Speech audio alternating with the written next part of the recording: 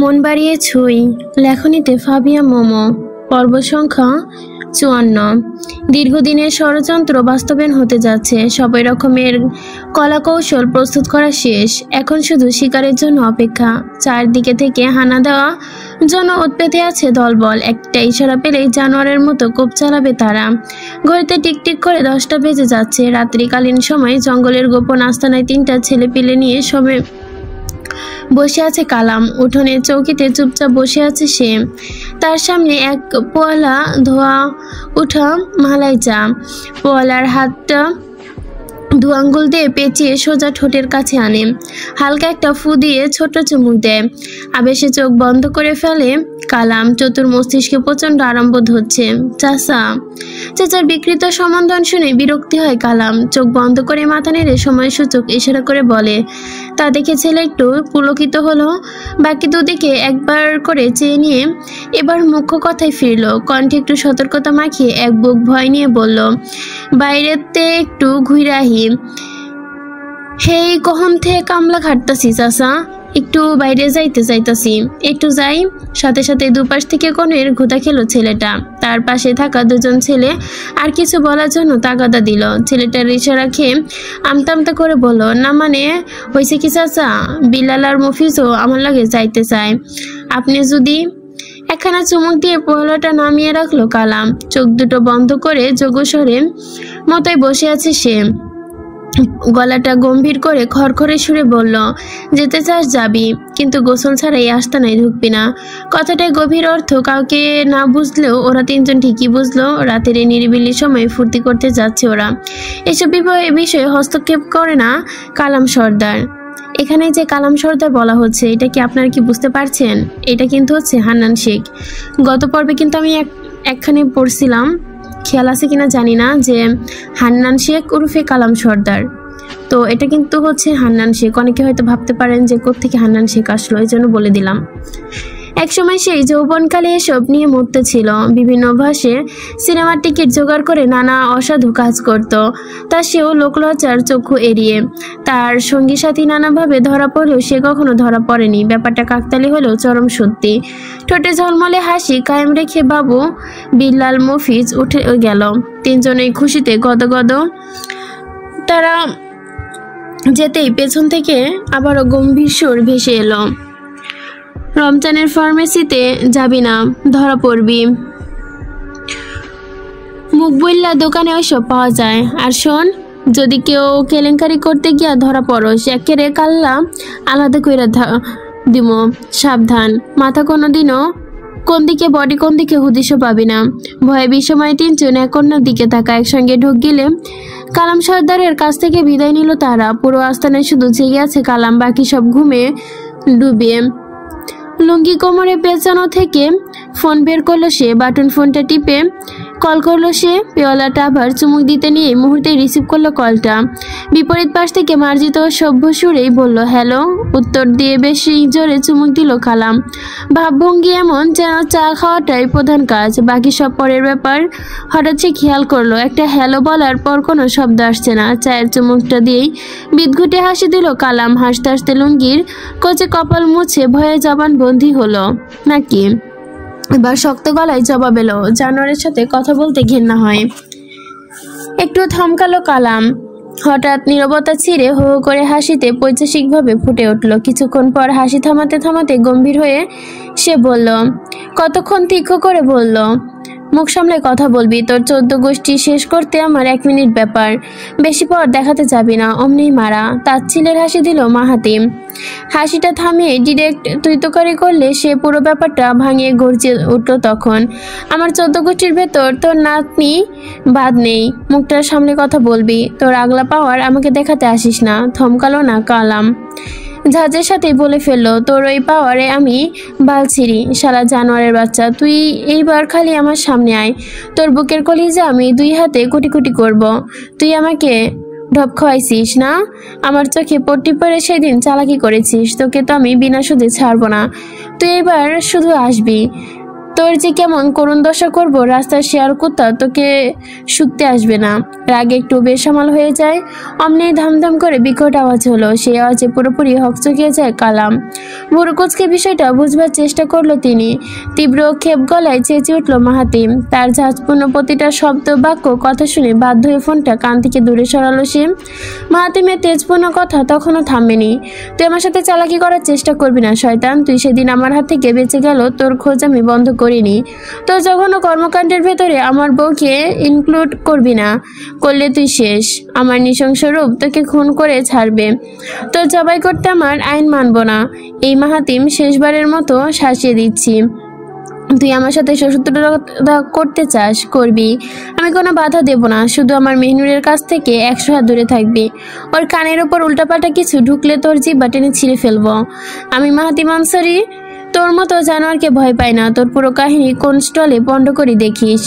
এরপর আর কথা হয়নি মাহাতিমের সাথে। মেহনুর গ্রামে পাঠানোর পর মাহাতিম কি করে নিশ্চিন্ত আছে এটার হিসাব মেলাতে পারছে না কালাম। তার মনে হচ্ছে মাহাতিম এবার এসপার ওসপার সংঘর্ষ করতে চাচ্ছে। তার চেয়ে বড় কথা, এই মাহাতিমকে চুপ করে রাস্তা থেকে সরাতে হবে। মাহাতিম আগেই যদি মেরে ফেলে যায় তাহলে এখনও চিন্তা দ্রুত সজীবকে আনতে হবে। এদের পাকাপোক্ত প্ল্যান করে ফাল্লাতে শুরু করলো। অভিজাত কাবিনে শীতলে শীতে বসে আছে রজনী। পুরো কেবিনের চতুর্পাশটা কাচের দেওয়ালে ঘেরা। চারপাশে নানা নান্দকীয় জিনিসপত্রের স্থান পেয়েছে। শৌখিনতার ঘাটতি নেই। চার কোনায় বাদামি রঙের ডেস্কে বসে আছে সে। তার সামনে রকিং চেয়ারে হুবু হয়ে বসে আছে তার ভাই। দুজনের ভেতর মধ্যকার আলোচনা একটু শেষ হয়েছে। এখন চূড়ান্ত সিদ্ধান্তের মুহূর্ত। শোনার জন্য উদ্বুক হয়ে আছে রজনী। তার দৃঢ় বিশ্বাস তার ভাই কখনো ভুল সিদ্ধান্ত নেয় না। এমনকি ভুল সিদ্ধান্ত নেওয়ার ক্ষমতাও তার নেই বললেই চলে। অনেকক্ষণ পর ইন্টারকম বাজিয়ে 2 কাপ কফির অর্ডার দিল। কফিটা এসে পড়তেই নিচের বোনকে সেটা খেতে বলল। যদি কফির জায়গায় বিষও খেতে বলতো তাও নির্দ্বিধায় হু হা না করে খেয়ে ফেলতো রজনী। ঠিক এমনই অটল বিশ্বাস কাজ করে তার ভাইয়ের প্রতি। কালো মগটা হাতে ডানে তুলে চেয়ারে পিঠ হেলিয়ে দিল সে। বোনের দিকে সরল চাহনিতে দৃষ্টি দিয়ে কফিতে চুমুক দিয়ে ভদ্রলোক শান্ত মেজাজের সাথে বলল, রিভেঞ্জটুকু ভুলে যাস না রজু। কফিতে চুমুক দিতে পারল না রজনী। ভাইয়ের দিকে চমকানো দৃষ্টিতে তাকাতে এক চুমুক দিয়েই মগটা ডেস্কে রাখলো ভদ্রলোক। চেয়ারের হ্যান্ডেল দুটো কোনোই লাগিয়ে 2 হাতের আঙ্গুলে আবদ্ধ করলো সে। গলা খাকারি দিয়ে বলল, সবসময় রিভেঞ্জের জন্য মুখে থাকি না, এটা খারাপ। এখন অনাকে এব্রেড পাঠিয়ে দে। এই ব্যাপার নিয়ে এ সময় চিন্তা করলে তুই আমার ব্যাপারটা ঠিকঠাক মতো দেখতে পারবি না, কথা বুঝছিস? রজনী চোখ নিচু করে বলল, জি ভাইজান। রজনী থমথমে মুখ দেখে নরম হলো ভদ্রলোক। একটু ঝুঁকে এসে বলল, অতিরিক্ত সফট হওয়া ঠিক না রজু। ততক্ষণে চোখ তুলল রজনী ইবনাথ। ভাইয়ের দিকে চোখাচোখি দৃষ্টি রেখে বলল, আমি আর আপনি দুজনেই ওনার ওপর হাত তুলিনি ভাইজান, কোনো দিনও না। শুধু একটা ভুলের জন্য কে পিটিয়ে জখম করে দিল। ওর পিঠের দাগ আজও মেশেনি ভাইজান। পায়ের একটা নখ এখনো নষ্ট হয়ে আছে। আপনি এখনো চুপ থাকবেন? দোষ কি ওনার ছিল না? না, ছিল না। ওইটা বয়স ওই রকমই। মা ছাড়া বড় হয়েছে। আপনার আদরটাও ওর কপালে জোটেনি। আমি আপনার বিজনেসের কাছে ব্যস্ত থাকতাম, সেখানে ওর এরকম হওয়াটা স্বাভাবিক না? তাছাড়া ভুল করেছে বলে কি এত বড় শাস্তি দিবে? একটা মেয়ের গায়ে সোজা হাত, তাকে মারপিট। আপনি আমাকে না থামালে ওই দিন ল্যাঠা চুটিয়ে দিতাম ভাইজান। অন্তত লকআপের হাওয়া খাওয়াইতামই। সবসময় বাড়াবাড়ি করা ভালো না রজু। এক হাতে কখনো তালি বাজে না। প্লিজ সিচুয়েশনটা বিগড়ে যাস না। ওনাকে রেডি কর, পাসপোর্ট বুঝিয়ে দে। জি ভাইজান। কথা বলতে যে যেন তোতলালো রজনী। আজ গুনে গুনে 5ম দিন। প্রায় 45 ঘন্টা যাবৎ যোগাযোগবিহীন, পুরোপুরি বিচ্ছিন্ন অবস্থার ঢলে আছে মেহিনুর। একটা মানুষ কিভাবে নিখোঁজ হয়ে যায়? কোনো সাড়া নেই, কোনো খবর নেই, কোনো খোঁজ নেই। মাহাতিম যে ভেতরে কিছু একটা নিয়ে খুব মশগুল, সেটা যে কি খারাপ কিছু হয়েছে? তাড়াতাড়ি নিজেকে শান্ত করলো মেহিনুর। এতক্ষণ কুলকক্ষণ নিয়ে ভাবছে কেন? ছি, এসব ভাবতে নেই। অস্থির হলেও রুমের ভেতর পায়চারি করতে থাকে সে। পা দুটো ব্যথায় বিষে উঠল, পায়চারি থামালো না। তার কাছে নোমানের নাম্বার ছাড়া আর কারো নাম্বার নেই। নোমান ছেলেটা ফোন বন্ধ করে রেখেছে। সবিকে একবার কল দিবে? না, সবিকে কল দিলে নির্তিরা টেনশনে পড়বে। এখানে মার্জা চিকিৎসা দিন অবস্থায় আছে। দাদা ভাইয়ের সাথে কথা বলে সুরাহা চাইবে। ধ্যাত, তাও তো না। দাদা ভাই একটা জরুরি কাজে শহরে গিয়েছে, কবে ফিরবে কেউ জানে না।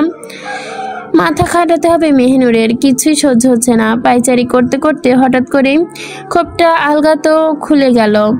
ফোন হাতে গিয়ে আবারও 2 নাম্বার পর কল দিল। মেইল ইস্যুরি আলগা করে জবাব, আপনি যে নাম্বারে কল করেছেন এই মুহূর্তে তা বন্ধ আছে। ঠোঁট শক্ত করে ফোনটা ঢিল মারতে নিল, মারল না। আস্তে করে ফোনটা বিছানায় ছুঁড়ে, সাংঘাতিক কিছু না হলে তো ফোনটা শুধু বন্ধ থাকে না। নোমানের ফোন যেখানে হারমেশ খোলা থাকে সেখানে অদ্ভুত কাণ্ডের মতোই বন্ধ। আর কতক্ষণ? 5টা দিন যাবৎ নিজেকে পাগল লাগছে। এক চুলো দক্ষিণ টু উত্তর দিকে পায়চারি করছে সে। এলোমেলো হাঁটায় কোমরের সাথে বাড়ি খাচ্ছে তার চুলগুলো।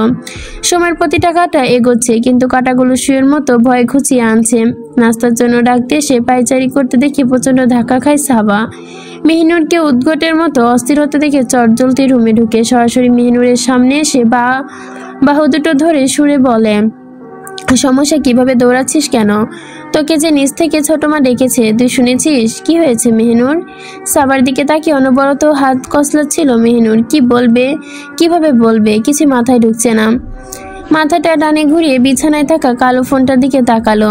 এদিকে সাবা উত্তর না পেয়ে মেহিনুরের থুতনিতে নিচের হাত দিয়ে ঘুরালো। স্বাভাবিক কণ্ঠে আশ্বস্ত করে বলল, বলবি না কি হয়েছে? দেখ তো, মনে হচ্ছে এখনই কেঁদে দিবি। বুবুকে যাচ্ছিস? ফেল করে চেয়ে আছে মেহিনুর। বড় করে ঢোক গিলে চোখ বন্ধ করে সে। আজ চিকন ভুরু দুটো রাগে নয়, অদ্ভুতভাবে কুচকে আছে। ঠোঁটটা থরথর করে কাঁপছে তার। মেহিনুর, কিছু লুকাইস না, তাড়াতাড়ি বল, কি হয়েছে? ভাইয়ার খোঁজ নিতে পারিসনি? ভেজা পাপড়ি খুলে তাকালো মেহিনুর।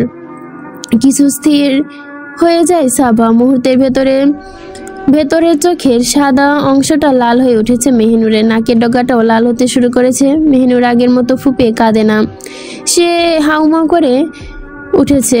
তার চেহারা ভয়ে ছেপে আছে, থাকতেও বাইরে থেকে পুরোপুরি শক্ত। থরথর করে ঠোঁটের লাল বর্ণ, চোখ দিয়ে চেহারে ভয় নিংড়ে আসছে। তাতে সংবাদটা শুভ লাগছে না। থুতুনি ছেড়ে দিয়ে সাবা হাত দুটো কাঁধে রেখে সাহস জুগিয়ে বলল, তুই ভয় পাচ্ছিস? মেহিনুর পূর্ণ দৃষ্টিতে সাবার দিকে তাকালো, মৃদু স্বরে বলল, না। কণ্ঠের কঠোরতা দেখে প্রসন্ন হলো সাবা। শক্ত জমিনে থাবার মতোই বাজিয়ে বলল সে, ভাবছিস ভাইয়া বাঁচবে কি না? এই নিয়েই তো ভয় পাচ্ছিস, তাই না? কথাটা বুলেটের মতো ধাক্কা খায় মেহিনুরের বুকে। ভয়ের দলাটা ঠেলে ঠুলে জিজ্ঞেস করে ফেললো, হ্যাঁ পাচ্ছি, খুব বাজেভাবে পাচ্ছি। তোমাকে মিথ্যা বলে লাভ নেই। তুমি সবসময়ের মতো আজও মনে পড়ে ফেলেছ। আমাকে চিন্তামুক্ত থাকতে বলো না সাবা বুবু। সাবার কিছু বলল না। কোনো প্রকার সহমর্মিতার প্রয়োজন নেই এই মুহূর্তে। সহমর্মিতা দেখানোর চেয়ে মেহিনুরের সাহসিকতা জোগানোতে ইচ্ছুক সে। এই মেহিনুর সবসময় চরম লেভেলের গাধা ছিল, এটা কেউ বিশ্বাস করবে না। গাধা বলা ভুল হবে। তার গালে কঠিনভাবে চরমালে আওয়াজটুকুও করতো না। আড়ালে কাঁদতো, নয়তো নীরব হয়ে যেত। সময়ের সাথে পরিস্থিতির সাথে পাল্টে গেছে তার স্বভাব চরিত্র। রুম থেকে নিঃশব্দে বেরোতে নেয় সাবা। ভেজা চোখ নিয়ে বিছানায় বসে আছে মেহিনুর, দৃষ্টি মেঝের দিকে রেখে। দরজায় চৌখাট পেরিয়ে বাইরে যেতে একটু থমকালো সাবা। মাথা ঘুরিয়ে মেহিনুরকে উদ্দেশ্য করে বলল, বাইরে বৃষ্টি পড়ছে। আমার কাছে শুনেছি বৃষ্টির পানি ছুঁয়ে দোয়া করলে সেটা কবুল হয়। চট করে দরজার দিকে তাকালো মেহিনুর। দরজাতে আর সাবা নেই, আর চলে যাওয়ার পদধ্বনিও শোনা যাচ্ছে। হাতের তালু দিয়ে চোখ মুছল মেহিনুর। তার পেছনে থাকা জানালাটা বন্ধ। বাইরে থেকে তুমুল আকারে বৃষ্টি পড়ছে, সেটা বন্ধ জানালার জন্য খুব করে বোঝা যায়নি। বিছানা পুরোপুরি উঠে সোজা জানালা খুলে দিল সে। জানালাটা খুলে দুহাত দিয়ে কাঠের দুধার খুলে দিয়ে ঝমঝম করে বৃষ্টি তার আঁচলে পড়তে লাগলো। শাড়ির লাল নীল গোলাপি রঙের মোটা পাড়টা বৃষ্টির ছোঁয়ায় ভিজে গেল। ডান হাত দিয়ে বাড়তি পানিটা ঝেড়ে দিল মেহিনুর। জানালা হাতে মুষলধারে বৃষ্টি বর্ষণ দেখছিল। গাছগুলো ম্লান মিষ্টির গন্ধ ছড়িয়ে পড়েছে, মাটি ভিজে গন্ধ মৃদু মৃদু পাচ্ছে। খোলা জানালার গায়ে দুহাতে বাড়িয়ে দিল মেহনুর। ভারী ভারী বৃষ্টির ফোঁটা বরফের মতো দুহাত ভিজিয়ে দিয়ে যাচ্ছে। প্রতিটা কথা আওড়াতে লাগলো মেহনুর।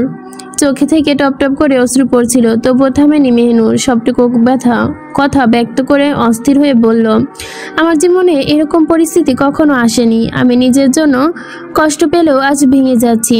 আমি খুবই দুর্বল, খুবই বেশি। এই দুর্বলতা তাকে দেখা না পর্যন্ত কাটবে না। আমি শুধু জানি আমি তাকে প্রচণ্ড ভালোবাসি। এই ভালোবাসার ব্যাখ্যা দেওয়া যায় না।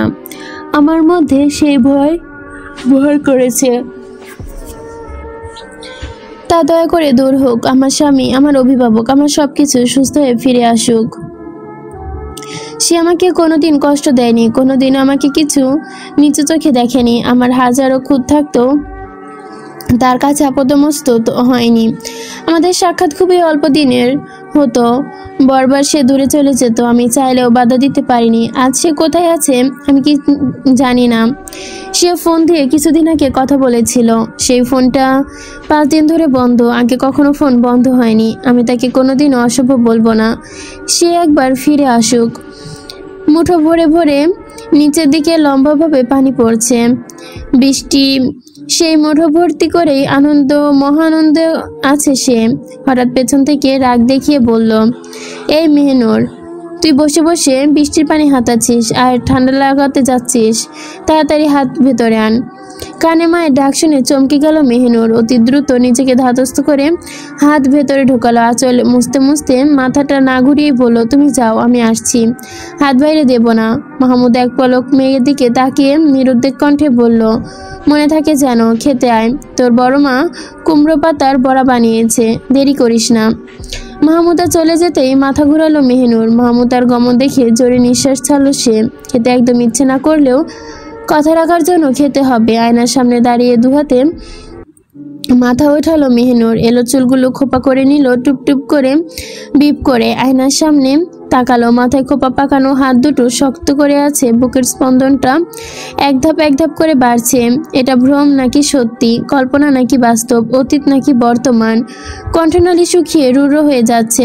আয়নায় থেকে চেয়ে সরে বামে তাকালো মেহনুর। বিছানার ওপর কালো ফোনের স্ক্রিনটা জ্বলে আছে। এটা কি ভ্রম নাকি কল্পনা? এটাই ভাবছে সে। চূড়ান্ত কঠিনতায় সত্য যেন ফোনটি বেজে উঠেছে। ফোনের টোনটা স্পষ্ট কানে শুনছে। মাথার কাছে দুহাত দিয়ে নামিয়ে ফেললো সে। বাঁদিকে সম্পূর্ণ ঘুরে বিছানার দিকে এগিয়ে এলো। ডান হাত দিয়ে ফোনটা হাতে নিল। ঢোক গিলে নিল ফোনের ওপর নিউ মেসেজ লেখা দেখে। সেখানে বৃদ্ধা আঙ্গুল ডাকতে মেহনুর পুরো স্ক্রিনটা বদলে গেল। মেসেজের ওয়ালপেপার ওপেন হলো। সেখানে একটা অপরিচিত আনসেভ নাম্বার থেকে মেসেজ এসেছে। সম্পূর্ণ ইংরেজি কিবোর্ডে, ইংরেজি বর্ণমালায় ক্যাপিটাল অক্ষরে লেখা, নিচে আসো, কাউকে বলতে চেও না, অ্যান্টিসেপটিক লিকুইড নিয়ে দ্রুত আসো, please don't place new sim, M Ansari. গোয়ালঘরের কাছে আসতে বুকটা ধক করে উঠল। দু চোখে বিস্ময়ের মতো স্থির হয়ে গেল। ভেতরের যেমন তুফান তেমনই উত্তাল। দরজায় দোরগোড়ায় ছোপ ছোপ রক্ত দেখা যাচ্ছে। টিনের চাল ধুয়ে ঝর্ণার মতো বৃষ্টির পানি পড়ছে। কাঠের বন্ধ দরজা এক মুহূর্তে একটু ফাঁক হয়ে আছে।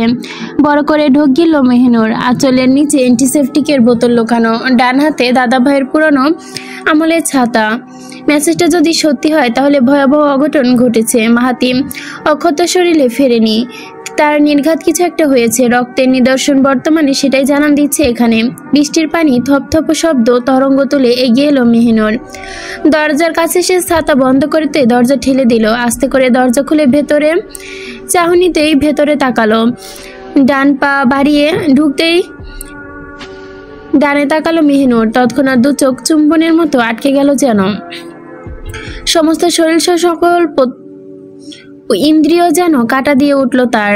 একটা জোরালো আর্তনাদ করতে গিয়েও যেন মুহূর্তেই সামনে নিল। চিৎকার করলো না মেহনুর। চোখ দুটো বড় করে লম্বা লম্বা প্রতিবিম্বিত শ্বাস ফেললো। বুক ফুলিয়ে নিঃশ্বাস নিতে অজান্তে হাতের বন্ধন থেকে ফোঁস করে পড়ে গেল ছাতাটা। কিছু পড়ার মতো বিদ্ঘুট আওয়াজ শুনে সেদিকে তাকালো মাহাতিম। পিঠের বাঁদিকে শার্টটা 5 আঙ্গুলে খামচে ধরে আছে, ব্যথায় কাতর, তবুও কণ্ঠে শীতলতা মাখিয়ে আস্তে করে ডাক দিল। চিনচিনে ব্যথার কারণে কিছু বলতে পারল না সে। চোখ খিচুনি দিয়ে ব্যথায় জব্দ হলো মাহাতিম। মুখটা নত করে শক্ত করে থাকতে হঠাৎ মাথায় আলতো করে স্পর্শ টের পেল। চোখ খুলে তুলে ওপরে তাকালো। তার সামনের দিকে সরাসরি দৃষ্টি রেখে তাকিয়ে আছে মেহিনুর। স্থির চোখ থেকে ফোঁটায় ফোঁটায় অশ্রু ঝরে পড়ছে, কিন্তু নরম ঠোঁট দুটো আজ একটু কাঁপেনি। নিজেই যেন অনড় রাখতে বাধ্য সে। মেহিনুর শান্ত স্বাভাবিক রূপ দেখে মাহাতি মারাত্মক আশ্চর্য হলো। পুরোপুরি নির্বাক হয়ে গেল সে। অন্যদিন হলে মেহিনুর বুঝি হাওমাও করে ফুপিয়ে কেঁদে উঠত। এমন করুণ দশা দেখে নিজেকে স্বাভাবিক রাখতে পারল না। কিন্তু আজ সমস্ত কিছু পাল্টে দিয়ে মেহিনুর তাকিয়ে তাকিয়ে শুধু দেখছে। কি দেখছ? অমন লাল লাল চোখ দিয়ে মাহাতিমের আহত অবস্থা দেখছে মাহাতিমের কতটা ক্ষতবিক্ষত হয়ে এসেছে, নাকি মনের উচাট অবস্থা টেনে টেনে সহ্য করে নিচ্ছে। মাহাতিমকে ফের চমকে দিয়ে তার পিঠ খামচানো হাতটা ধরলো মেহিনুর। হাতটা পিঠ থেকে টেনে টলমল চোখে হালকা গলায় বলল, হাতটা সরান, আমি দেখছি। ব্যথাটা একটু সহ্য করুন, আমি ওষুধ লাগিয়ে দিচ্ছি। মাহাতিম বিনা বাক্যে বেয়ে শুধু মাথা নাড়িয়ে সায় দিল। চুপচাপ তাকিয়ে রইল মেহিনুরেরই দিকে। মেহিনুর অসংখ্য ছাড়াই সাদা শার্টের হাত দিল। দ্বিধায় ভঙ্গিতে শার্টটার বোতাম খুলে ধীরে ধীরে চোখের সামনে বৃষ্টি স্নান বুকটা উন্মুক্ত হলো। সেকেন্ডের জন্য চোখে থমকালো তার। এরপর বৃষ্টি নামলে শেষ বোতামটা খুলে ফেললো সে। শার্টের দুপান্টা ধরে ডান হাত ছাড়িয়ে খুলতে নিলে পিঠের ক্ষতর জায়গাটায় চোখ পড়লো। পিঠের ডান দিকে তেরসাভাবে গভীরভাবে জখম হয়ে আছে। মেহিনুর সেখানে থম মারা দৃষ্টিতে তাকিয়ে থাকলো। আশ্বস্ত গলায় বলল, ভয় পেও না, সেরে যাবে। চোখ ঘুটিয়ে মাহাতিমের দিকে তাকালো মেহিনুর। ঢোক গিলে নিচু গলায় বলল, সরবে। মাহাতিম চোখ বন্ধ করে আশ্বস্ত করলো। আস্তে করে বলল, সরবে। উত্তর পেয়ে বিঘ্নিত শার্ট খুলে আনলো মেহিনুর। ক্ষতের দিকে তাকাতে গা শিরশির করছে তার। তবুও বুকের ভেতর ভয়ানক মুখোশটা এটে ক্ষত পরিষ্কার করলো বুদ্ধি করে। সঙ্গে লম্বা একটা একফালি সাদা কাপড় এনেছিল, সেটা দিয়ে মাহাতিমের নির্দিষ্ট বুকে পিঠে ড্রেসিং করে দিল মেহিনুর। মাহাতিমের রক্তমাখা হাতটা গামছা দিয়ে ভিজিয়ে পরিষ্কার করে দিল। বাইরে তখন অজরধারায় বৃষ্টি পড়ছে। উঠানে জমেছে জলাবদ্ধ পানি। নাছোড় মাহাতিম কড়া গলায় বলে দিল, সে এক মুহূর্ত বাড়িতে ঢুকবে না। এমন শরীর নিয়ে সকলের সামনে যাওয়া মানে নানা প্রশ্নের সম্মুখীন। মেহিনুরকে আপাতত বাড়ি ফিরতে বলে স্বাভাবিক আচরণ করতেই বলল। সকলের কাছে তার আগমনের খবরটা চাপা রাখতে বুঝিয়ে দিল। মেহিনুর সবটা শোনার পর অন্যদিকে ভিড়ল না। কেন মাহাতিম লুকোচুরি খেলতে চাইছে আজ জেনেই ছাড়বে সমস্ত কথা কাটায় কাটায় জানা পর্যন্ত হাল ছাড়বে না মেহিনুর। মাহাতিমকে একা ফেলে ভুলেও বাড়ি যাবে না। দরকার পড়লে এখানে আস্তানা গড়বে সে। গোয়ালঘরটা বর্তমানে পরিত্যক্ত। সবকটা গরু গাভীকে অন্যদিকের ঘরে নেওয়া হয়েছে। অবসর ও একাকী সময় কাটানোর জন্যই এটাকে কখনো ব্যবহার করে মেহিনুর। কাজের ঘরে মোটা মেঝে পরিষ্কার পরিচ্ছন্ন আছে। মাহাতিম সেই কঙ্কলসর চৌকির ওপর শুয়ে পড়তে নিবে অমনেই বাদ সাধল মেহিনুর। তাকে চৌকি থেকে নামতে বলে ঘরের অন্য পাশ থেকে তোষক বালিশ টেনে আনলো। চৌকিতে তোষক পাতার দৃশ্য দেখে বিষময় চোখে প্রশ্ন করলো মাহাতিম, এটা কি গোয়ালঘর না? প্রশ্নের আসল মর্মটা বুঝতেল মেহিনুর। ভালো একটা চাদর বিছাতে বলল। আগে ছিল, এখন নেই। এখন গরুগুলো বাড়ির আম গাছের ওপাশে রাখা হয়। ওইখানে নতুন গোয়ালঘর বানানো হয়েছে। এটা কি তাহলে গেস্ট রুম? তোষক কিসের জন্য? প্রশ্ন শুনে মেহিনুর হাসল। কথাটা না সূচক নাড়িয়ে মাহাতিমকে উদ্দেশ্য করে বলল, আগে ঘরে থাকতাম, অমনি হয়েছে রাতে আমি বাড়িতে না থেকে এখানেই থেকেছি। এখানে তো আমি বই পড়তে পড়তে ঘুমিয়ে যেতাম। আমার বদভ্যাস বলতে পারেন। তবে এই জন্যই তোষক বালিশ আম্মা রেখে দিয়েছে। নিজের বাকারটা ধরে হাসলো মাহাতিম। প্রসন্ন গলায় বলল, সাহস তো কম না। কদিনের জন্য একা ছেড়েছি দেখে সাহস একেবারে তুঙ্গে উঠেছে। একা একা থাকতে ভয় করতো না? মাথার কাছে তুলতুলে নরম বালিশটা রাখতে গিয়ে থমকালো মেহিনুর। স্থির হয়ে কয়েক সেকেন্ড কি যেন ভাবলো। বিছানায় গুটিসুটি বাদ দিয়ে মলিন দৃষ্টি তুলে বলল, আপনিও তো সবসময় আমার কাছে থাকবেন না? আমার একা থাকার অভ্যাস তো করতেই হতো। ডান হাতের মাথাটা ঝাড়ি মারল মাহাতিম। হঠাৎ কথাটা শুনে কেমন জানি হোঁচট খেলো সে। যদি কোনো চোর তোমাকে একা পেয়ে চুরি করে ফেলতো? চোখে চোখ রেখে আলতো ঠোঁটে প্রশ্ন করলো মাহাতিম। চৌকিতে আরামময় শয়নে উঠে আসলো সে। প্রশ্নটা শুনে কিছুক্ষণ চুপ রইল মেহনুর। অনেকক্ষণ কোনো কারণ ছাড়াই নীরব রইল সে। মাহাতিম কিছুটা উজবুক চোখে সরু দৃষ্টিতে তাকিয়ে অদ্ভুত আত্মগর্বের মতো নিঃশ্বাস ছাড়ল। চাপা তেজের সাথে সম্মোহন চাহনিতে বলল, এই তল্লাটে অমন সাহস কারো হয় না। শুধু কথাটা বলতেই থামকালো মেহনুর। অসম্পূর্ণ কথাটা শোনার জন্য প্রচণ্ড উদ্গ্রীব আছে মাহাতিম। আনচান মনটা স্থির, বুকের ভেতর টিপটিপ করছে। মাহাতিমের অমন অদ্ভুত দৃষ্টিতে তাকিয়ে থাকতে দেখে শেষমেশে কিঞ্চিত হাসি দিয়ে মেহনুর শুধু শব্দটা পরের বাক্য আর সম্পূর্ণ করল না। মাহাতিম প্রচণ্ড অধৈর্য হলেও তাকে ইচ্ছে করে অগ্রাহ্য করলো মেহনুর। সম্পূর্ণ উল্টো ঘুরে জানালা বন্ধ, দরজাটা খুলতে গেল। কাঠের মোটা ডাসাটা ডান হাতে টান দিতে খট করে শব্দ হলো। জানালার দুধার দুদিকে টান হয়ে খুলে গেল। সাথে সাথে দু চোখ বন্ধ করে ঠান্ডা স্পর্শে শিহরণ জাগলো মেহনুরের। মাথা থেকে পায়ের নখ পর্যন্ত শিরশির করে উঠল। বুকের পিস্টন ধপাস করে উঠল। এক ঘা লাগতেই ধুকপুকুনি বেড়ে গেল। দাঁতের দাঁত পিষে আড়ষ্ট হলো। একটু জানালাটা থেকে হাত দুটো আপনা আপনি নেমে গেল। চোখ খুলে মাথা নুইয়ে দেখলো পেটের ওপর মাহাতিমের ডান হাতের অস্তিত্ব। 5টা আঙ্গুল যেন খাপে খাপ ফর্সা চামড়ার ওপর ডেবে আছে। শক্ত করে পেছন থেকে ডান হাতে জড়িয়ে ধরেছে। মেহনুর গলাটা ভিজিয়ে বড় বড় নিঃশ্বাস নিতেই কিছু পেছনে ঘুরতে চাইল। তাকে বাধা দিয়ে খামচে ধরলো হাতটা। সামান্য ব্যথায় চোখ খিচে ফেললো মেহনুর। আস্তে করে সেই হাতের ওপর হাত রাখলো সে। ক্ষোভটা ইতিমধ্যে আগলা হয়ে গেছে। ইচ্ছে করছিল পিঠের ওপর থেকে সরিয়ে বামে ঠেলে দিতে। মেহনুর হাত ডান কাঁধটায় ছুঁয়ে গাঢ়ভাবে ঠোঁট ছুঁয়ে দিল। চোখ বন্ধ করে কাঁধে থুতনি রাখলো মাহাতিম। তার ক্লিন সেভ করা গালটা আলতো করে নরম গালের পর্শে ঠেকিয়ে দিল। আমি তো জানি না আমায় ফেলে আসা দামি মানুষটা কষ্ট পাচ্ছে। দিন হোক রাত হোক সে আমার কথা একটু মুহূর্তের জন্য ভাবেনি। মাসের মাস ধরে থেকেছি। তার অসুস্থতা, তার অসুবিধা, তার হাসি, নিজেকে দুঃখে আমি ভুলবো। এতগুলো দিন পাগলের মতো অপেক্ষা করেছ। আমি কি সে কথা জানি না? অপেক্ষা করার এত অসহ্য কষ্ট মানুষের ভেতর কিভাবে কুরে কুরে খায় এটা আমি বুঝি। ওই সৌভিকের মুখে যখন তোমার অবস্থার কথা শুনলাম, আমি কি ঠিক থাকতে পারতাম? সবকিছু ফেলে চলে আসতে ইচ্ছে করছিল মেহনুর। আমি পারলাম না। আমার জীবনের প্রতি কোনো মায়া নেই। যেদিন নিজের হাতে আমার সন্তানের মতো ভাইকে দাফন করে আসলাম, সেদিন মায়া চলে গেছে। আমি ফিরলে আমাকে নিয়ে এখন কেউ মাতামাতি করবে না মেহনুর। ওই বাড়িতে আসলে আসল আত্মাই চলে গেছে। প্রথমে বাবা গেল, একদম মানতে পারিনি, বিশ্বাস করতে কষ্ট হচ্ছিল। বাবার শোকটা কাটাতে পারিনি, অথচ আমার জীবন থেকে আমার আদরের ভাইটি চলে গেছে, যার আঙ্গুল ধরে হাঁটি হাঁটি পা করে বড় করেছি। আজ তার অনুপস্থিতিতে ভেতরটা ছিঁড়ে যায় মেহনুর। এর চেয়ে অসহ্য যন্ত্রণা আমি ট্রেনিংয়ের সময়ও পাইনি। টালমাটাল বৃষ্টির ঝুমুর ঝুমুর আওয়াজ টিনের ঘরে মুখর করছে। মাটি ভিজে শ্যাওলার সতেজ গন্ধ ছড়িয়ে পড়ছে। গাছের পাতা ধুয়ে কচি পাতার মতো রং নিয়েছে। ঠান্ডা বাতাসে পুরো প্রকৃতি যেন নিত্যের ভঙ্গিমায় অটল। চোখের গরম পল্লবটা খুলে নাক টলকালো মেহনুর। জানালাটা খুলে ঠান্ডা বাতাস, সাথে সাথে বৃষ্টির ছাই ঢুকলো। পর্দা টেনে দিল সে। ঘরটার ভেতর ঠান্ডা হাওয়ার সাথে ফসলা দিয়ালো আসুক। পেটের ওপর থেকে থাবার মতো হাতটা সরালো মেহনুর। পুরোপুরি পিছনে ঘুরতেই মানুষটার কাছে ঘেঁষে মুখোমুখি হলো। কখনো সেই দৃশ্য মনস্বপ্নে দৃশ্য করেনি, ভাবতেও পারেনি দেখতে পাবে। আজ পরিকল্পনাহীন দৃশ্য দেখে বুকটা নিংড়ে ব্যথা এলো। ক্ষীণ দৃষ্টিতে চোরচোখা ঈষৎ লালে পরিণত হয়েছে। ভেজার কারণে চকচক দেখাচ্ছে। গলার মাঝখানে উঁচু হাতটা বারংবার ঢোকের জন্য ওঠানামা করছে।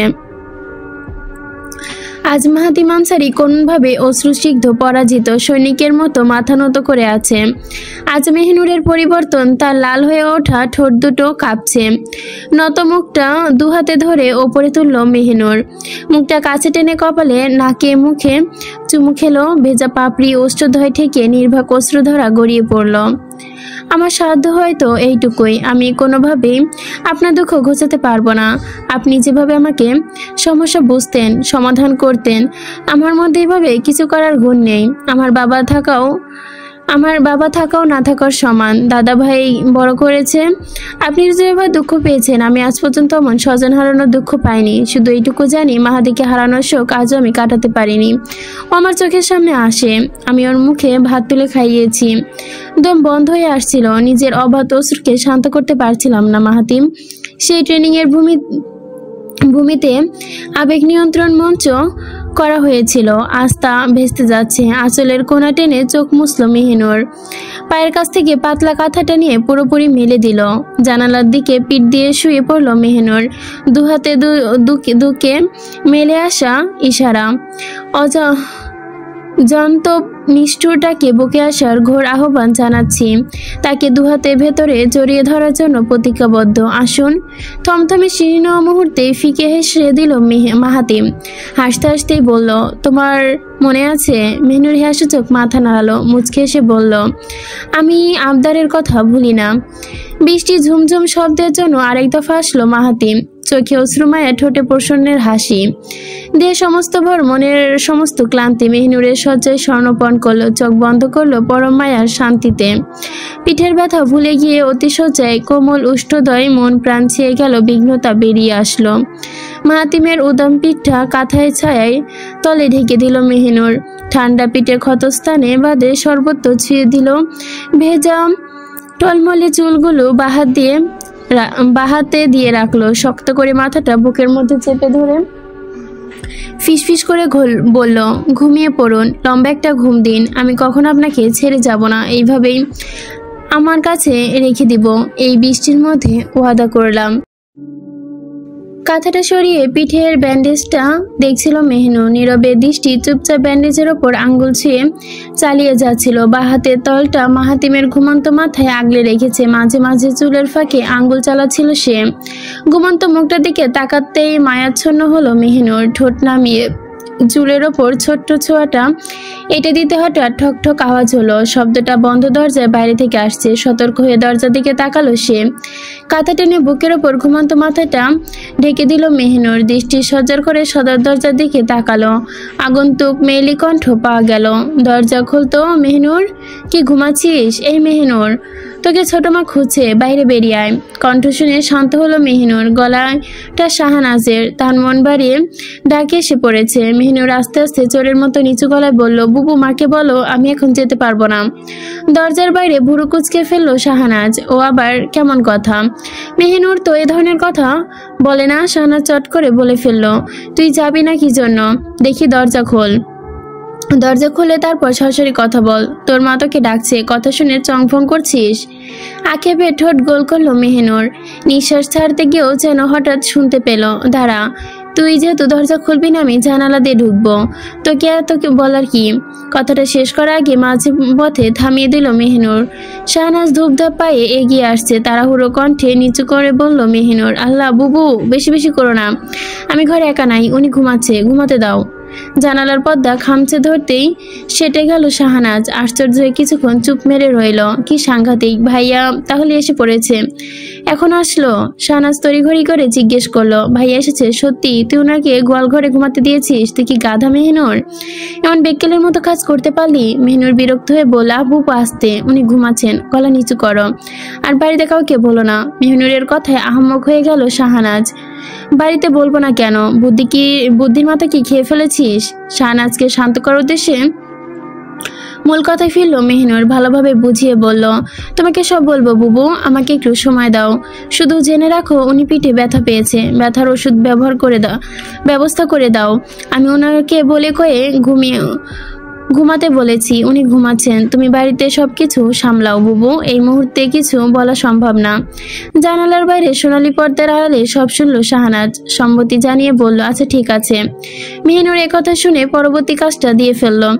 আরেকটা কাজ আছে বুবু, তুমি সবার আগে আমার রুমে যাবে। আমার রুমে বড় ব্যাগ খুলে ডান দিকে হাত দিবে। ওইখানে 4 নম্বর শাড়ির নিচে একটা মেরুন রঙের শার্ট পাবে, ওইটা একটু এনে দাও বুবু। ওনার শার্টটা বৃষ্টিতে পুরোপুরি ভিজে গেছে।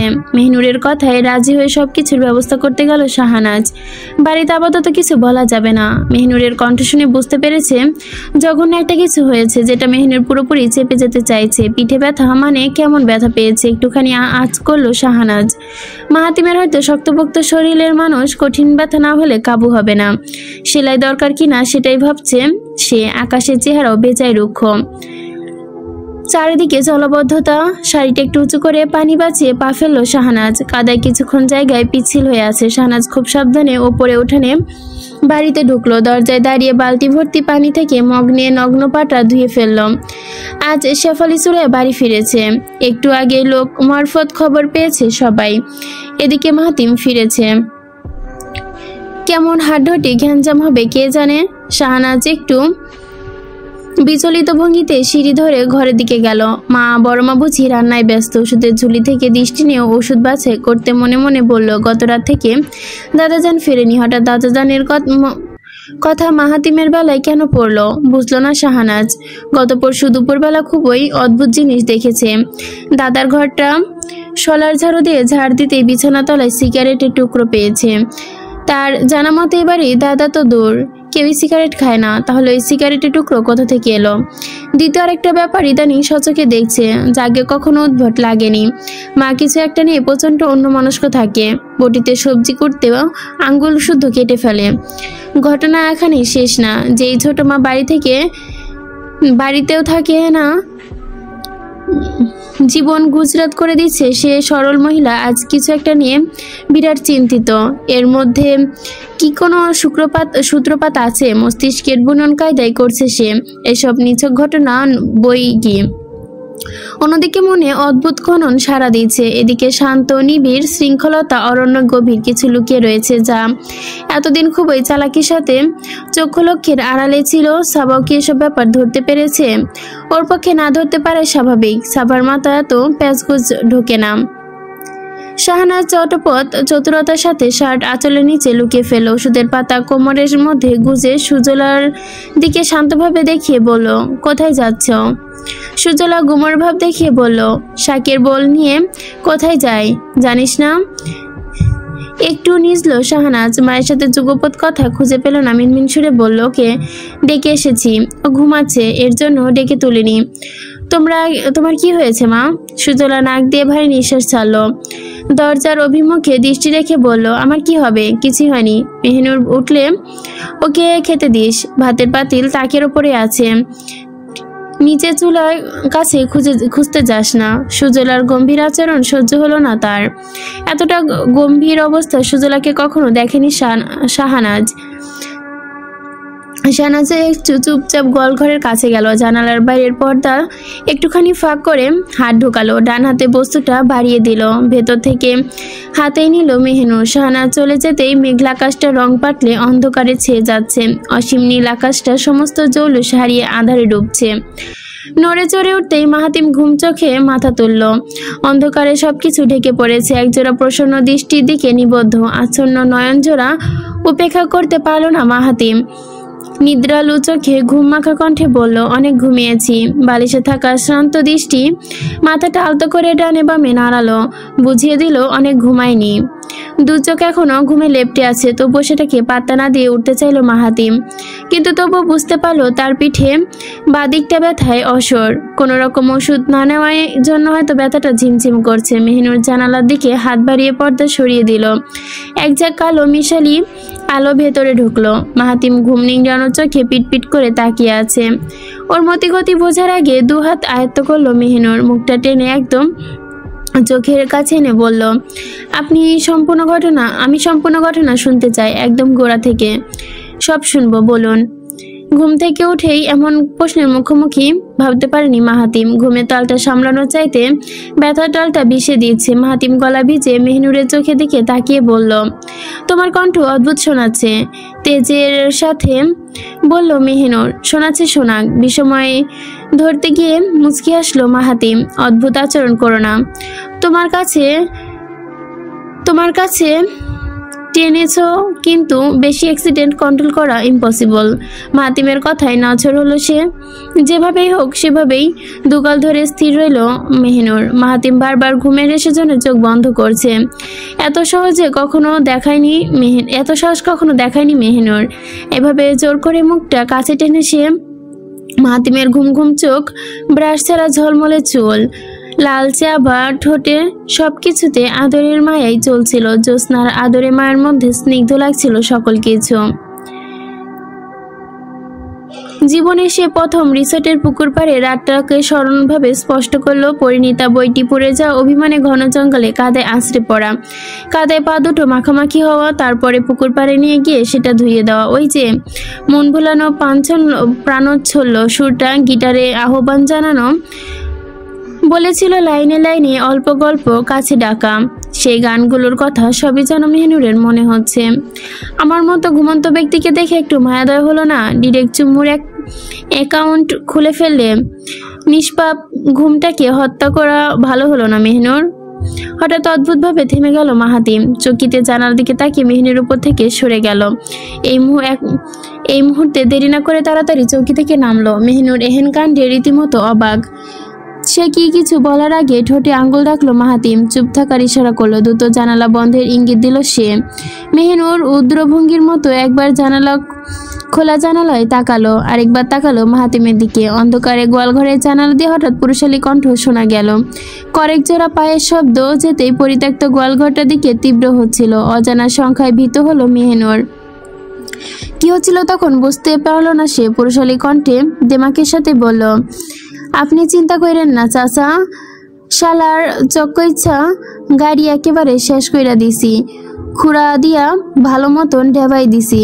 শালার কলিজা বহুত বড়, অন্য কেউ হইলে চিকুর দিত, অথচ দেখেন বিশ্বাস করেন এখন কইরা আমারে উল্টা ঘুষি মাইরা দিল। তো আই টেনশন নাই, এখন আগুন ধরাই দিছি, শালা কোনো চিহ্নই খুঁজে পাইবেন না, আপনার একেবারে খাঁটি গ্যারান্টি দিতাছি, ওই মাহাতিম হালা আর নাই। তীব্র উৎকণ্ঠায় ঢোক গিলল মেহিনুর।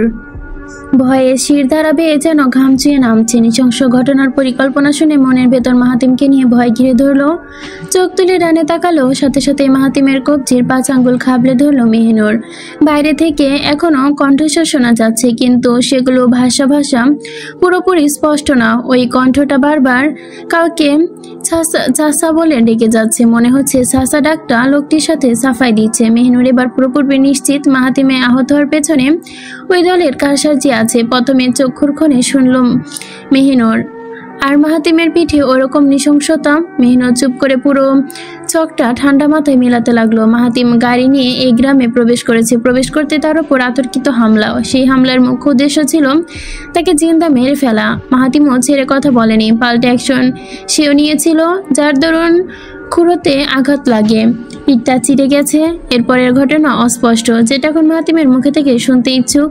নিজ বুদ্ধিতে প্রত্যেকটা ঘটনা খাপে খাপ মিলালো মেহিনুর। এরপর গভীর নিঃশ্বাস ফেলে হাত দুটো মাথায় রাখলো, লম্বা কেশরাশি দুটো দক্ষতায় খোপা করে নিল। মাহাতিমের দিকে তাকিয়ে আছে সে। মাহাতিম এখন দরজার দিকে ক্ষীণ দৃষ্টিতে তাকিয়ে আছে। সেও দরজার দিকে তাকালো। মাহাতিম যে বেঁচে আছে যেটা নিশ্চিত ওই লোকগুলো জানে না। জানলে ব্যাপারটা ভালো হবে না, কিন্তু তাদের গোয়ালঘরের সামনে দাঁড়িয়ে এই বাড়ির নাত জামাইয়ের মারার প্ল্যান, এত বড় দুঃসাহস কিভাবে হলো জানা নেই। কিন্তু চাচা ডাকা লোকটিকে চেনার আগ্রহ মনের মধ্যে ঝড় তুললো। মেহিনুর চৌকি থেকে পা দুটো নিচে ফেললো, দৃষ্টিভঙ্গি রাখলো মাহাতিমের দিকে। সে তৎক্ষণাৎ চোখ ঘুরিয়ে মেহিনুরের দিকে তাকালো, ভুরু কুঁচকে ফিসফিসে বলল, কোথায় যাচ্ছ? মাহাতিমের দিকে তাকালো মেহিনুর। তার চোখ দুটোর মণিতে দৃষ্টি রেখে গালে হাত রাখলো, নির্ভর কণ্ঠে আশ্বাস করলো, আসছি। গাল ছেড়ে উঠে দাঁড়ালো মেহিনুর। গায়ের শাড়িটা ঠিকঠাক করে ধীর পায়ে এগোতে লাগলো। দরজা অনেকটা কাছাকাছি যেতে হঠাৎ কিছুটা একটার সাথে হোঁচট খেলো সে। না চাইতেই মুখ থুবড়ে উফ আওয়াজ বেরোলো। সঙ্গে সঙ্গে দামাল পায়ে ধূপধাপ কিছু আওয়াজ হলো। প্রথমে কিছু না বুঝলেও শেষের চিত্তটা ফিরে এলো। অমনি দেরি না করে তাড়াতাড়ি দরজা খুললো মেহিনুর। ঘুটঘুটে অন্ধকার চিরে কাউকে দেখতে পেল না। কি তাজ্জব ব্যাপার, বাইরে এখন কেউ নেই। কিভাবে সম্ভব? দরজা দ্বার খুলতেই হঠাৎ পেছন থেকে বলল মাহাতিম, লাভ নেই, ভেগেছে। মুখ ফুলালো মেহিনুর। অন্ধকারে যতদূর পর্যন্ত সম্ভব মাহাতিম মাহাতিমের অবয়ব ধরল। ছোট্ট একটা ঢোক গিলল সে। এগোতে গেল। মাহাতিম মেঝে থেকে উঠে চৌকিতে বসলো। শুধু শুধু উঠতে গেলে কেন? পায়ে ব্যথা পেয়েছো না? মেহিনুর কোনো জবাব না দিয়ে শাহনাজের দেওয়া শার্টটা বালিশের কাছ থেকে নিল। মেহিনুরের হাতে নিজের শার্ট দেখে জিজ্ঞাসাজনক চোখে তাকালো মাহাতিম। আমার শার্ট এখানে কিভাবে আসলো? প্রশ্ন শুনে শার্টের ডান দিকের স্লিপটা দেখালো মেহিনুর। স্মিত হাসি বলল, আমার ব্যাগে ছিল, বুবুকে বলে ব্যবস্থা করেছি। চরম আশ্চর্য হয়ে শার্টটা নিল মাহাতিম। স্লিপ দুটো গোটাতে গোটাতে গোয়ালঘর থেকে বেরোলো। মেহনুর আগে ভাগে বেরিয়ে গেল। সে চারপাশে চোখ বুলিয়ে তারপর বেরোলো। উঠান পেরিয়ে যেতে অনেকগুলো জুতার ছাপ দেখতে পেল। অন্ধকারে কাদামাটি খোদাই হয়ে আছে। হান্নান শেখ হয়তো বুঝতে পারেনি গোয়ালঘরে মেহনুর আছে।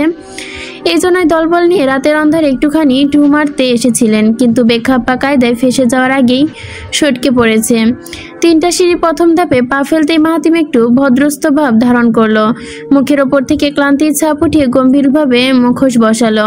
সিঁড়ি ডিঙিয়ে সেই পুরনো স্মৃতিতে সতেজ করে মোল্লাবাড়িতে ঢুকলো মাহাতিম। আজ এই বাড়িতে তার যুসত অধিকার আছে। তার চিরসঙ্গিনী একমাত্র স্ত্রী, এই বাড়ির এক টুকরো প্রাণ। ঢুকতে ঢুকতে সেই স্মৃতিগুলো মনে করতে লাগলো মাহাতিম। তার মায়ের টানাটানি ফেসে এই বাড়িতেই বেড়েছে সে, অথচ ভাগ্যের কি নির্মম খেলা, আজ এই বাড়ি, এই পরিবেশ তার একটু অপরিচিত নয়। এরপর সুজলা সবার সাথে সাবার সাথে 3জন প্রফুল্ল আগ্রহ নিয়ে মাহাতিমকে দেখল। মাহাতিমের গভীর দৃষ্টি থেকে সুজলা অন্যমনস্ক ভাবটা আড়াল হতে পারল না। মাহমুদার ব্যাপারটাও কিঞ্চিত উদ্ঘট লাগে। সবার সাথে সহজ আচরণ এবং পিঠের ব্যথা অগ্রাহ্য করে মেহনুরের রুমে ঢুকলো। রুম খালি, মেহনুর নেই। সিলিং ফ্যান চলছে। এনার্জি বাল্বের সাদা আলোয় চতুর্দিক পরিচ্ছন্ন লাগছে। কোমর থেকে বেল্ট খুলে বিছানায় রাখলো। একটা পা বিছানায় তুলে মোজার কাছ থেকে পিস্তল বের করলো। প্যান্টের পকেট থেকে সদ্য কেনা নতুন সিম ও ফোনটা বের করে বিছানায় রাখলো মাহাতিম। একটু পর দরজা দিয়ে প্রবেশ করলো মেহিনুর। হাতে প্লেটের ওপর প্লেট দিয়ে ঢাকা। মাহাতিমের কাছে এসে বসলো। গোল প্লেটটা সরিয়ে ফেলতে এক প্লেট খাবার দেখতে পেল। গরম ভাতগুলো যেন এইমাত্র চুলা থেকে নেমেছে। এক পাশে দেখা যাচ্ছে 4টে গোল গোল ডালের বড়া আর একটু লালচে রঙের শুটকি ভর্তা, এক পিস সর্ষে মাখানো ইলিশ। প্লেটের দিকে তাকিয়ে মিটমিট করে হাসলো মাহাতিম। মেহিনুরের দিকে চোখ তুলে বলল, খাবারগুলো মিস করতাম। ওইখানে যদি পোলাও কোরমা দিত, বাড়িতে খাওয়ার মতো স্বাদ পেতাম না। লাল লাল শুটকি ভর্তার গরম ভাত মাখাতেই হাত জ্বলছিল। তবুও ফু দিতে দিতে ফ্যানের বাতাসে এক লোকমা মাখালো মেহিনুর। মাহাতিমের ঠোঁটের কাছে ধরতেই প্রথম প্রশ্নটা করলো, খাওয়ার সময় মিথ্যা বলতে নেই। এখন বলুন, কি হয়েছিল তখন? পিঠে খুঁড়ের আঘাত কিভাবে পেলেন? মুখের খাবার নিয়ে চিবোতে লাগলো মাহাতিম। চোখ নিচু করে বলল, ওইখানের লোকটা শুনেও মুডের ক্লাইম্যাক্স বোঝেনি। 2 ভুরু এক করে প্রশ্ন করলো মেহিনুর। মানে? খুব স্বাভাবিক ভঙ্গিতে খাবার চিবোচ্ছিল মাহাতিম। খাবার গিলে একবার সোজাসুজি মেহিনুরের দিকে তাকালো। গম্ভীর চাহনিতে চোয়াল শক্ত করে বলল, আমি গতকাল এসেছি, আজ নয়। কথাটার মানে বুঝতে পারছো? ক্রমশ ভাতের ওপর আঙুল থেমে গেল। হতভম্ব দৃষ্টিতে মাহাতিমের দিকে তাকালো মেহিনুর। উদ্বিগ্ন কণ্ঠে টেনে টেনে বলল, মানে কি? আরো গম্ভীর হলো মাহাতিম। যদি ওই কথাগুলো শুনে থাকো তাহলে এরকম বেকুবের মতো মনে মনে মানে করতে না। তার মানে মেহিনুর কিছুই বোঝেনি। মাহাতিম বুক ভর্তি নিঃশ্বাস টেনে ঘটনাবলী বলতে শুরু করলো। ওইখানে গতকাল সন্ধ্যায় পৌঁছেছি, আজকে পৌঁছায়নি। সঙ্গে আমার ডিপার্টমেন্টের গাড়ি আর সালেহ ছিল। নোমান পার্সোনাল ছুটিতে ছিল, এই জন্য সালেহকে সঙ্গে নিয়ে এসেছিলাম। তোমাদের বউবাজারের কাছ থেকে কেউ আমাদের ফলো করছিল। নো ডাউন, তাদের আমি চিনি না। আমার টার্গেট ছিল গাড়ি ফিরে বউবাজারে নেমে যাব। এরপর গ্রামীণ দৃশ্য দেখতে দেখতে হেঁটে বাড়ি পৌঁছাবো। চান্সটা আর পাইনি। পেছন থেকে 4টা বাইক কোনো কারণ ছাড়াই লেগে পড়লো। আমাদের ওই বাঁশঝাড়ের শর্টকাটের রাস্তাটা ছিল না, ওইখানে সন্ধ্যা নামলে অটোমেটিক নির্জন হয়ে যায়, মানুষ থাকে না। ওইখানে গাড়ি আসতে পেছন থেকে গ্লাসটা হকি স্টিক দিয়ে গুটিয়ে দেওয়া হলো। এক মুহূর্ত ভেবেছিলাম ডাইরেক্ট শূন্যে নামবো, পরে গ্রামমালাকে ভেবে থেমে গেলাম। সালেহ থামেনি, একেবারে স্টিয়ারিং ধরে অমনি রিভলভার বের করলো। আমি ওকে গুলি চালাতে নিষেধ করলাম। ততক্ষণে আমার ডানে বামে হকি স্টিক মেরে কাজ গুড়িয়ে শেষ। বাইকাররা থামলো না। শেষে সালেহ জানালার কাছে ইচ্ছে করে বাড়িটা মারলো। সালেহ কন্ট্রোল হারিয়ে গাড়িটা রাস্তায় ছেড়ে জমিনে থামালো। সাথে সাথে ওইখানে ঘিরে ধরলো ওরা। সংখ্যায় 8 জন ছিল। ওই 8 জনের পিটিয়ে জখম করেছিলাম। সালেহ টোটালি সেন্সলেস পর্যায়ে, ডান কান থেকে মারাত্মকভাবে ব্লিডিং হচ্ছিল। ইমার্জেন্সি হসপিটালে পাঠানোর ব্যবস্থা করব। তার আগে পেছন থেকে কে যেন ধারালো কিছু ঢুকালো। ওই শালা টার্গেটে ছিল খুর দিয়ে বুকের পাশটা এফোর ওফোর করে দেওয়া। শালা পারেনি। খুর দিয়ে মোচড় মারার আগেই সাইড হলাম। ঘুষিটা দিতে গেলাম, 12 জনের মতো ছুটে আসে, সবগুলোর হাতে অস্ত্র। সালেহ ততক্ষণে সেফ জোনে ধাক্কা মারলো, ও সরে গেল। একজনের হাতে পেট্রোলের অস্তিত্ব দেখে ওদের বাকিটা প্ল্যান আন্দাজ করে গেল। আরও ব্লিডিং হচ্ছিল। খুঁড়ো বের করার পর তখন সেফ ডিফেন্সের এনার্জিও ছিল না। পিস্তল ছিল গাড়িতে, যার জন্য এনকাউন্টার করতে পারিনি। অবশ্য ওদের চোখে আমি মরে গেছি। ওরা আমাকে খুর দিয়ে জখম করে আগুনে পুড়িয়ে মেরেছে, জাস্ট এটাই জানে। একদমই কথাগুলো বলল মাহাতিম, ভয় ডর ছাড়াই। দ্বিতীয় লোকমার জন্য ভাতের ইশারা করলো। মেহনুর নিজের চোখের ভাব কাটাতে পারল না, ফেল করে তাকিয়ে ভীতু চাহনিতে প্রশ্ন করলো, আর কোথাও ব্যথা পাননি? মাহাতিম সহজ ভঙ্গিতে উত্তর দিল, না পাইনি। প্লিজ বসে থেকো না, খাইয়ে দাও। হতভম্ব ভাব কাটিয়ে ফের ভাত মুখে দিল মেহনুর। লোকমা পাকাতেই প্রশ্ন করলো, রাতে কোথায় ছিলেন? আর সালেহের কি হলো? প্রশ্নটা শুনে মুখে লোকমা তুলে দিল মেহনুর। পেটের খিদে জোরে জোরে খাবার চিবোতে লাগলো মাহাতিম। প্রশ্ন শুনে ধাতস্থ হয়ে এক চুমুক পানি খেয়ে বলল, আগে সালেহর ব্লিডিং অফ করলাম। 8 ঘন্টার ভেতর সেন্স ফিরে এলো, কিন্তু বেচারা উইক ছিল। ওকে পাঠিয়ে দিয়ে তরুণ মার্কা রিসোর্টে চলে গেলাম। প্রচণ্ড ক্ষেপকে মেহনুর আগুন চোখে বলল, তরুণ মার্কা মানে? মাহাতিম খোঁচা মেরে হাসতে হাসতে বলল, তোমার তরুণ ভাইয়ের জন্য মালিক স্ট্রিট আমাকে ভয় পায়। আমি ওখানে যেতেই পরে না মাথা তুলে নাচে। হায় রে, ব্যাটার কি ভয়? মাহাতিম ইদ্ধত খোঁচায় রুড়ো হলো মেহনুর। ক্ষুদ্র গলায় উত্তর দিল, আপনি একটা নষ্ট কথা বলছেন। মাঝখানে তুললেন, আপনি জানেন ওই ঘটনা আমার জন্য ভালো ছিল না। কোনো মেয়ের জন্য এমন স্মৃতি ভালো না। বাকি কথা বলতে গিয়েও চুপ রইল মাহাতিম। খাবারটা শান্তভাবে খেয়ে কলপার থেকে হাত মুখ ধুয়ে এলো। ওষুধ গিলে একটু নিস্তার অনুভব করলো মাহাতিম। আনন্দের ব্যাপারটা হলো হান্নান সে কাজ বাড়িতে নেই। ওই সাধু বুড়ো আজও ফিরল না। তাহলে দ্বিতীয় টোপটা কি ফেলা যাক, বেশ মোক্ষম সুযোগ। কাজটা করার আগে মেহনুরের রুমে আসলো মাহাতিম। দরজায় ডান হাত ঠেকিয়ে প্যান্টের পকেটে হাত গুজলো। ভেতরে তাকিয়ে শান্ত গলায় ডাকলো, মেহনুর। মোটা উপন্যাসের ভেতর অভিমানী মুখ লুকিয়ে রেখেছিল সে। তার ডাকে এবার চোখ তুলে তাকালো। উল্টো না শোনার ভান করে চুপ রইল। খুবই অদ্ভুত হাসি দিয়ে ভনিতা ছাড়াই মাহাতিম গলা খাকিয়ে দিয়ে বলল, 16 নাম্বার শাড়ি, নো সাজগোজ, পাক্কা 20 মিনিট দিলাম। গম্ভীর ভাবনায় রেখে পা ঘুরালো মাহাতিম। শাহনাজ সাবার রুম অতিক্রম করতে করতে সিঁড়ি দিয়ে নামলো। এবার দ্বিতীয় কাজটি হাতে নিবে। পকেটে থাকা গুঁড়ো আনমনা ভঙ্গিতেই হাঁটতে হাঁটতে সবুজ পর্দার সামনে আসলো। দরজা খুলে বলে লম্বা লম্বা পাতাগুলো ফেলে ছুঁড়ে মারলো। মাহাতিমের পকেট থেকে হাত বের করে সৌজন্য গলায় বলল, বড় মামি, আপনি কি জেগে আছেন? হঠাৎ বেকুতো থেকে পায়ের আওয়াজ শোনা গেল। চোখের পলকে ঝুলন্ত পর্দা দুপাশে সরে গিয়ে মাঝখানে ফাঁক হলো। মাহাতিমের মুখোমুখি হলো সুজলা। অনিচ্ছুক হাসিটা টেনে টুনে কাছে ঝুলিয়ে তিনি বলল, সুলভাচরণ ঠান্ডা মেজাজে বলে, বাবা ঘুমাওনি? আসো আসো। আমার তো রাতে ঘুম আসে না বাবা, এই জন্যই বসে বসে তসবি জিকির করি, আসো। মাহাতিম সপ্রভিত হাসি দিয়ে সুজলার পিছু পিছু সুজলার বিছানায় বসলো। সুজলার ডান হাতে তসবির মালা, চোখে মুখে অদ্ভুত সংখ্যা। মাহাতিম যেন অন্তদৃষ্টি দিয়ে সুজলার অবস্থা পড়তে পারে। কোনো ভূমিকা না করে মোদ্দা কথা ফিরল মাহাতিম। নিজের সহজাত গম্ভীর আচরণ ধরেই বলল, এই বাড়ির কর্তা নানা হলেও আপনার সাথে জরুরি কিছু কথা ছিল। কথাগুলো আপনাকে বলবো বলে ঠিক করেছি।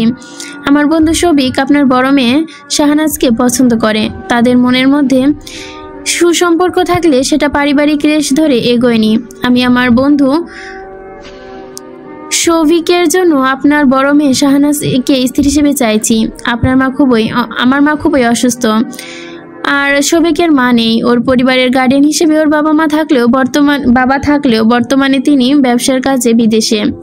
শফিক আমার বন্ধু ভাবে না, এমনি আমি ওকে বন্ধু নজরে দেখি না। ও আমার আপন ভাইয়ের মতো। ওর পরিবারে কেউ নেই, ওর যথার্থ মূল্যায়নের জন্য ছিল না। আমাদের বাড়িতে বলতে গেলে মানুষ হয়েছে। ওর পৃথিবীতে আত্মীয় বলতে সবার আগে আমরাই পরিচিত।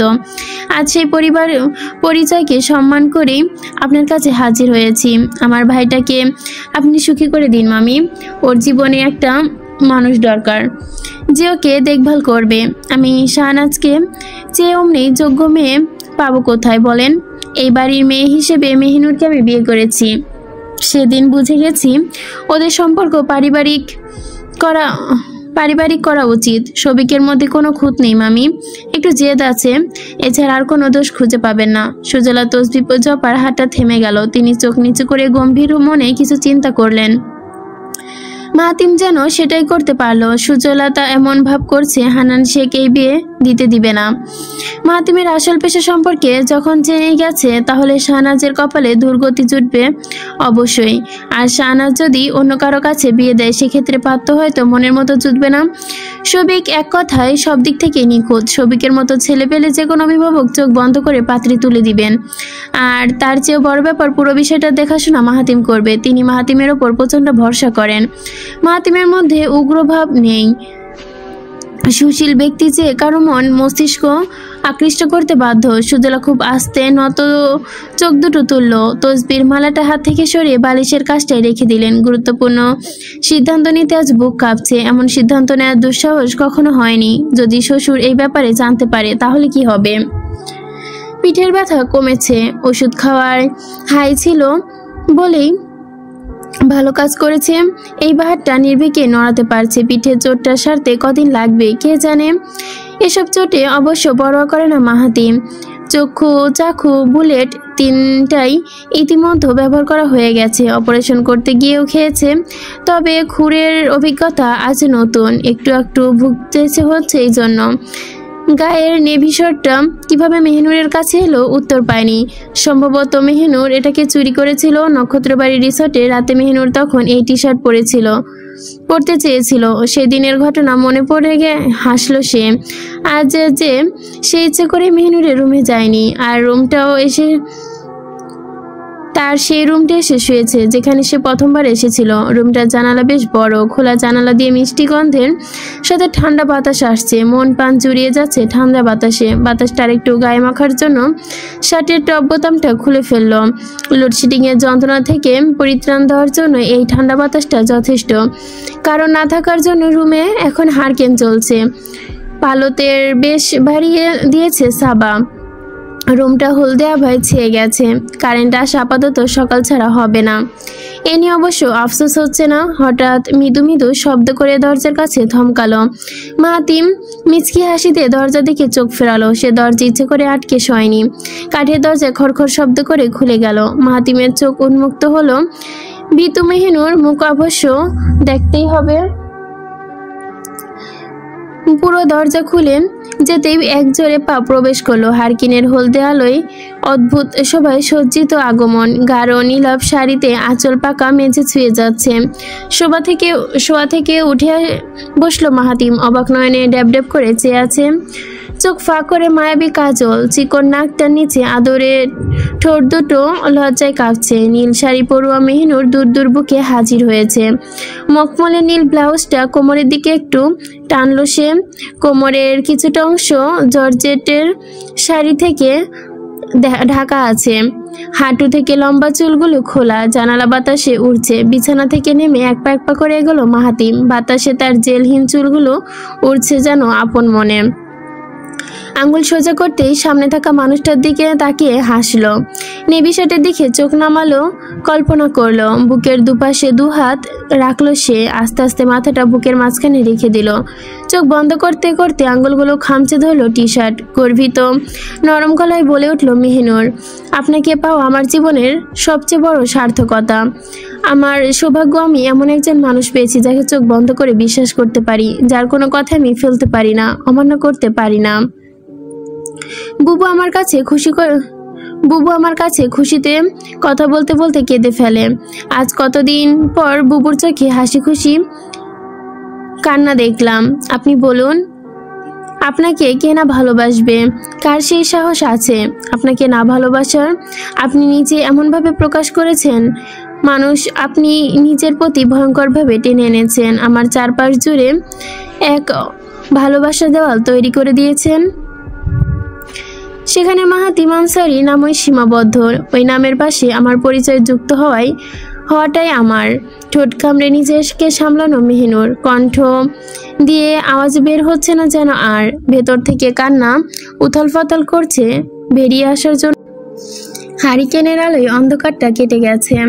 দেওয়ালে দেওয়ালে হলুদ বর্ণের আলো। মাহাতিমের পিঠের ব্যথা ভুলে মেহিনুরকে বাহুডোরে জড়িয়ে ধরলো। ঠিক সামনের দেওয়ালে দুটো মানব মূর্তি ছায়া পড়লো, দুটো দেহের সাথে দুটো স্বচ্ছ হৃদয়ের আলিঙ্গন। কালো ছায়ায় ভেসে উঠেছে দৃশ্য। হারিকেনের আলোতে আরো সুন্দর লাগছে। কারো মহোদয় দেখা যাচ্ছে। বুকের ভেতর ছোট্ট মুখটা জাপটে ধরে চোখ বন্ধ করলো মাহাতিম। অশ্লেষ আরো শান্ত করে জড়িয়ে ধরে নিচু গলায় বলল, কাদার কিছু নেই, চুপ করো। মাহাতিমের পিঠটা খামছে। হঠাৎ থমকালো মেহিনুর। ব্যান্ডেজটার কথা মনে পড়তে পিঠের বাদিকটা আলতো করে ছুঁয়ে দিল। নিরুত্তর ভঙ্গিতে দেখে যেতে লাগলো। ঠোঁটের চাপ থেকে বন্ধ করে ঠোঁটের পাপড়ি ছুঁয়ে গাল বেয়ে অশ্রু গড়িয়ে পড়ল। অতিশয় উষ্ণ অনুভব করতেই শ্বাস নিল সে। ঈর্ষৎ লজ্জায় আখি যুগল খোলার জন্য শক্ত সাহস দেখল না। মাহাতিমের চোখ দুটো ছেড়ে দিয়ে সরাসরি মুখের দিকে তাকালো। থুতনি দিয়ে ডান হাতের পাশটা তর্জনী দিয়ে মুছে নিল। হারিকেনের হলদে আলোয় পুরো ঘরটা যেন নরম লাগছে। পূর্ণ দৃষ্টিতে চট করেই গলার কাছ থেকে চোখ পড়ল। গলার কাছে ছোট্ট তিলটা কালো বিন্দু সোনালি আলোয় চমৎকার লাগছে। চুম্বনের মতো মৃদু মৃদু টানছে যেন।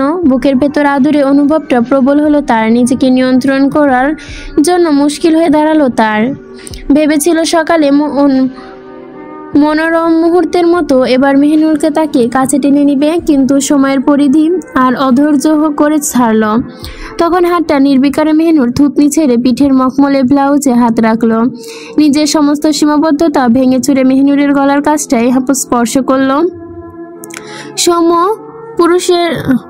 পুরুষের ববলশালী হাত দুটো তাকে নিয়ন্ত্রণ করে ফেলেছে। মৃদু কম্পনে কাঁপা কাঁপা অনুভূতি মনের ভেতর উথাল পাথাল ঢেউ তুলছে মেহিনুরের। মুহূর্তের ভেতর অনুভব করলো সে নিজের অস্তিত্বে নেই।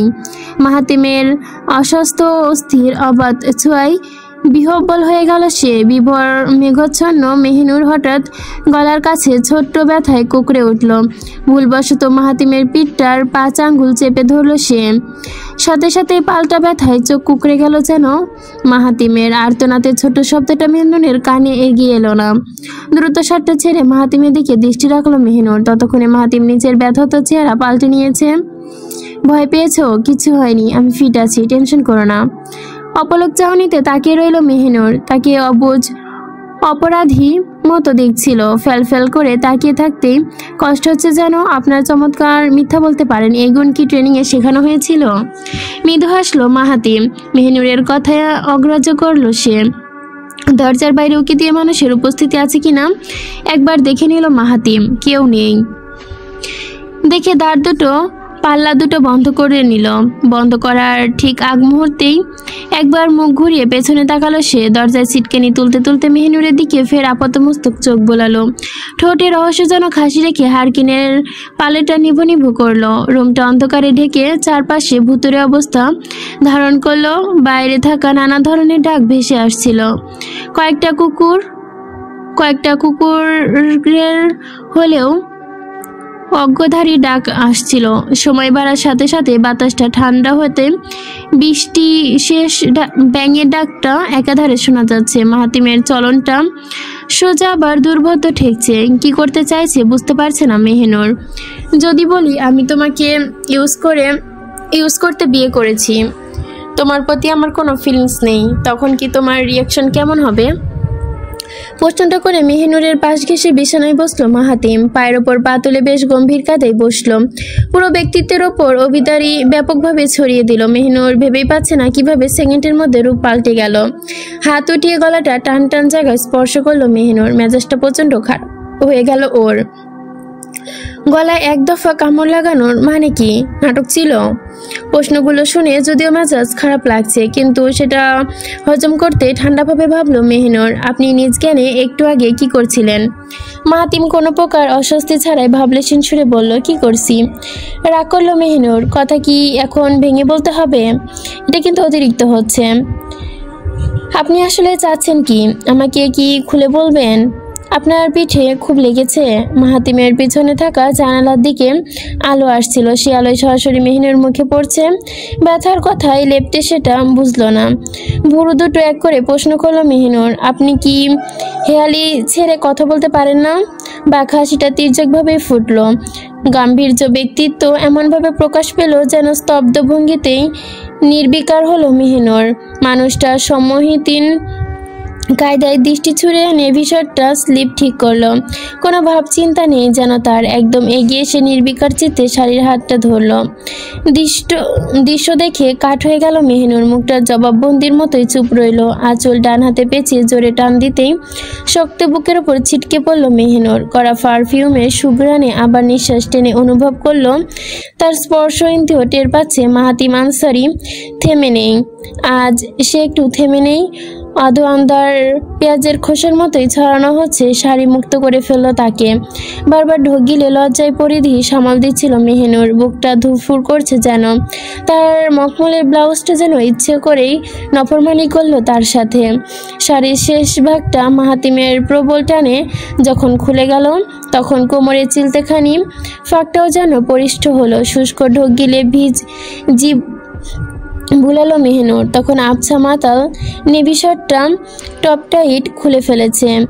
একটা বোতাম খুলতে খুলতে শার্টটা অদূরে ছুঁড়ে মারল। অযত্নে শার্টটা বিছানা স্পর্শ করে ফ্লোরে পড়ে আছে।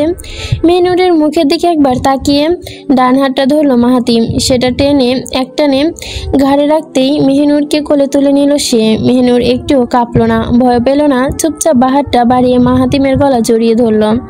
মাহাতিম বুঝতে পারলো আজকের পর থেকে মেহিনুর কখনো বাধা দিবে না, সেটা হোক মনের দিক থেকে অথবা অন্য কোনো মাধ্যম। বিছানার দিকে ধীরে সুস্থে এগোতে লাগলো মাহাতিম। তখন মেহিনুর সহজ গলায় বলে উঠল, কিছু নিয়ে টেনশন করছেন? চট করে মুখ ফেরালো মাহাতিম। বিছানার ধার ঘেঁষে দাঁড়িয়ে পড়তেই মেহিনুরের দিকে তাকালো। মেহিনুর কি তার ভেতরের অবস্থা ধরে ফেলেছে? সাংঘাতিক। এটা হওয়া উচিত নয়। কিছুদিনের মধ্যে যেটা ঘটতে যাচ্ছে সেটা ওর ধরা উচিত। নিঃশ্বাস ফেলে দুহাতে সম্ভবত ভাব ছিনিয়ে নামিয়ে দিল। বালিশে শুইয়ে দিল মেহিনুরকে। পায়ের কাছ থেকে পাতলা কম্বল নিয়ে শয্যা গ্রহণ করলো। মেহিনুর চুপ নেই। সে আবারও নিরুদ্যোগ মাহাতিমকে প্রশ্ন করলো, আপনি নিজেকে স্বাভাবিক দেখাচ্ছেন কেন? কেন টেনশনের ব্যাপার লুকিয়ে বেড়াচ্ছেন? আমাকে বলা যাবে না? আমি তো এখন সুস্থ, আগের মতো একটু টেনশন করি না। আপনি আমার কাছে বিরাট কিছু লুকাচ্ছেন। আপনি ভালোই অভিনয় করতে জানেন। মেহনুরের কথাগুলো দোকানে গেলেই মৃদু ঠোঁটে হাসলো মাহাতিম।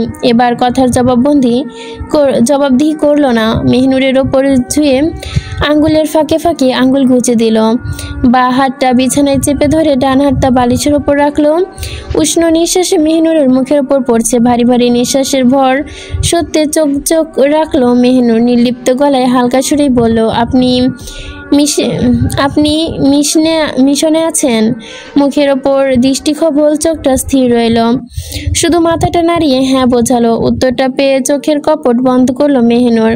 বুকের শেষ ভাগটা থেকে নিঃশ্বাস টেনে গভীরভাবেই ছাড়লো। পুরো দৃশ্যটা নিঃশব্দে চেয়ে চেয়ে দেখলো মাহাতিম। তার বুকের নিচে চাপা পড়া মানুষটার অস্বস্তি নেই আর বুকে সুরসুর করে ভয় ঢুকে গেছে। ভয়ের তো যেন মুখের ওপর না পড়ুক, শ্বাসকষ্ট হচ্ছিল। মাহাতিম আঙ্গুলগুলো আলগা করে হাত জোড়া টেনে দিল। কাণ্ড কারখানায় চোখগুলো খুলতে বাধ্য হলো মেহনুর। মাহাতিমের নীরবতা তাকে ভীষণভাবে ভীত করে। এই মানুষটা কেন এমন? অনেকক্ষণ নীরব থাকার পর স্বাভাবিক হলো মাহাতিম। মেহনুরের ঠোঁটের ওপর ডান হাতে তর্জনী রেখে শান্ত গলায় বলল, এই মিষ্টি ঠোঁট দুটোর সৌভাগ্য তোমার অজান্তেই পেয়েছি, এটা জানো?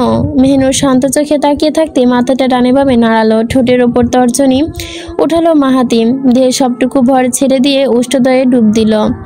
কিছু সময় পার হতে মেহনুরের অধৈর্যরা মুক্ত করলো। ঠোঁট দুটো টকটকে লাল বর্ণ ধারণ করেছে। সেখানে দৃষ্টি রেখে উদাস গলায় বলল মাহাতিম, এভাবে আদর করার সুযোগ নাও পেতে পারি। তোমাকে ভালোবাসি মেহনুর। এভাবে সেভাবে সবাইকে ভালোবাসি। আমার দ্বারা কষ্ট পেলে আমার স্মৃতিগুলো নষ্ট করে দিও। জানি অবাক হচ্ছ, প্রচুর প্রশ্ন জাগছে, কেন এমন কথা বলছি তাও ভেবে পাচ্ছ না। সব সময় কিছু জিনিস না বলাই ভালো। সব কিছু সহ্য করতে পারলেও মন কিছু সহ্য করতে পারে না। তোমার সবটাই সরল, কোনটা কঠিন নেই। আর আমার মনটা কঠিন ছিল, তুমি একটা অংশ ভেঙে দিলে সরল করে ফেলেছ। মেহনুর নির্ভীক ভঙ্গিতেই বলল, আপনি আমাকে এরকম কথা কেন বলছেন? মাতিম হাসতে গিয়েও মলিন হয়ে গেল। মেহনুরের কপালটায় সবটুকু আদর মাখিয়ে চুমু খেলো। পুনরায় চোখের ভেতরে দৃষ্টি ছুঁড়ে সাধারণ গলায় বলল, বাস্তব সত্যের চাইতে মিথ্যা কল্পনা বেশি প্রিয়। কথাটার কোনো মর্ম মেহনুর বুঝল না, বুঝার কোনো কথাও না। মাহাতিম যে সুদূর প্রসারী চিন্তাভাবনা রেখে কথা বলছে, সে সময়ের সঙ্গে সঙ্গে মেহনুর সীমা তাকে যন্ত্রণায় ফেলে দিচ্ছে। মেহনুর ভরাক্রান্ত মুখে স্বাভাবিক করতে চাইলো। বালিশ থেকে একটুখানি মাথা উঁচিয়ে মাহাতিমের পরশে পরশে ছুঁয়ে দিল। গ্লানিটুকু টেনে নেওয়ার ক্ষমতা যেন রয়েছে তার। অন্তত বুঝতে চাইতো মাহাতিম শক্ত কথা বলছে। মাহাতিমের আক্ষেপে নিঃশ্বাস ছেড়ে চেষ্টা করলো স্বাভাবিক হওয়ার। দুষ্টু হাসি দিয়ে মেহনুরের মাথাটা চাটান করে বালিশে থেকে উঁচিয়ে ধরল। মেহনুরের গাল দুটো ভরে চুমু খেলো সে। হঠাৎ নিচু কণ্ঠেই বলল, যদি আজকের পর আদর করার সুযোগ না পাই। ভয়ে শির দ্বারা কেঁপে গেল মেহনুরের। সমুদ্রের স্রোতের মতো যেন স্রোত বয়ে গেল তার শির দ্বারা বেয়ে। কেন পাবো না? আপনি এমন আজগুবি কথা কেন বলছেন? অকট্য সত্যটা বলে দিল না মাহাতিম। মেহনুরের নাকটায় মুখ ডোবালো আবারও। যদি এই মিশনে মরে যাই আমি তো আর কোনোদিন ফিরবো না। বাকরুদ্ধ হয়ে কয়েক মিনিট তাকিয়ে রইল মেহনুর। কিসের মিশন, কিসের শেষ, কি বলছেন আপনি? শব্দগুলো ছুরির মতো শোনালো যেন। সেই শব্দগুলো যেন কান দুটো ছিঁড়ে রক্তাক্ত করে দিল। আকস্মিকভাবে চোখের কপট বন্ধ করে নাক ফোলালো মেহনুর। রাত প্রায় 4টের ঘরে পৌঁছেছে। সবকিছু নির্জনে তলিয়ে আছে। গ্রাম্য কুকুরের ডাক ছাড়া কেউ যেন সাড়া দিচ্ছে না। বুকের ভেতর গুটগুটে অন্ধকার, চোখের সামনে তিল পরিমাণ আলো নেই। তবুও বিড়াল চক্ষুর মতো সবাই দেখে যাচ্ছে সুজলা। তার মাঝে মাঝে মনে হচ্ছে চোখ দুটো সম্ভবত অদ্ভুত জিনিস, এমন কিছু এই চোখ দুটো দিয়ে দেখছে যা সাধারণ ব্যক্তি দেখেনি। একটা পৈশাচিক মানুষ নানাভাবে রদবদল করে দেখেছে, কিভাবে নিষ্পাপ হাসি দিয়ে অজান্তে শয়তান মানুষটাকে আড়াল করে রেখেছে। এই বাড়ির বউ হিসেবে আসার পর যে সব শব্দ ধারণের শিকার হয়েছে সে শুধু বাড়ির দেওয়ালগুলোই জানে, বাইরে বা উঠানের গাছ ও বুঝি অতটা জানে না। কিন্তু এবার যেন উৎসাহটার বীজটা অঙ্কুরিত হচ্ছে। তো শুধু অদ্ভুত, শীঘ্রই যেন একটা হ্যাস্তন্যস্ত বা চূড়ান্ত পর্যায়ে ঘটা হয়। এই নিয়েই ঠিক এদিনের অপেক্ষায় ছিল সে। তিনি যুগের পর যুগ এই বাড়িতে কাটিয়েছে, শুধু ভয়ের জন্য মুখ খুলতে পারেনি। স্বামীর কর্তৃত্ব যখন হারিয়ে গেল তখন 3টে সন্তান নিয়ে বাড়ি থাকার যন্ত্রণা ছিল। তবুও হাড় ভাঙ্গা কষ্টে তিনি নানা লাঞ্ছনার শিকার হয়ে ছেলে একটিকে বিদেশে পাঠাতেন। কসম করিয়ে পাঠিয়েছিলেন যেন ভুলেও বাড়ি না ফেরে, কোনো প্রকার যোগাযোগ না রাখে। এই যোগাযোগ তার জন্য কাল হয়ে দাঁড়াবে। তার বিধবা মা ও ছোট্ট দুটো বোনের কথা চিন্তা যেন না করে শাওন। এই মুখ হয়নি। ছেলের ভালোর জন্যই বিদেশে থাকুক সবসময় প্রার্থনা করে গেছেন তিনি। শাহনাজকে নিয়ে বড় চিন্তার এক অংশ ছিল, তাও সেরে গেছে। ভয় একটাই, যদি মাহাতিম কিছু করে ফেলে। ছেলেটা তাদের জীবনে শুধু রহস্য ভাঙতে আসেনি, যুগ যুগ ধরে চলতে থাকা নিকৃষ্ট নিয়মকেও ভস্ম করতে এসেছে। তার ভেতরের চরিত্র সভ্য, বাহিরের আবরণ আপনজনের কাছে নরম। কিন্তু এই ছেলেটার মধ্যে যে আগুনের তীজ বিদ্যমান, সেটার চাহিদা দৃশ্যমান। কেউ হয়তো চিন্তাও করতে পারবে না মাহাতিম আনসারি ছেলেটা কি পরিকল্পনা করে এসেছে। মাহমুদা মেয়ের জামাইকে সরল ভাবলেও আসলে সুজলার কথায় চরম বিষময়। সে জানে মাহাতিম আসলে কি। ভোরের আলো ফুটেছে রাত শেষের সময়। এরপরেই বোধহয় কাজে নামবে সে। কথার ধরনে সবটাই বেফাঁস করেনি মাহাতিম। খুবই চালাকির সাথে এটা বুঝিয়েছে সবাইকে বাড়ি থেকে অন্যত্র যেতে হবে। বৃষ্টির অজুহাতে সাপের উপদ্রব হবে, এটা নেহাত মিথ্যে ছিল। মাহাতিম নিজেই চাইছে এই বাড়ির মানুষগুলো নিরাপদে থাকুক।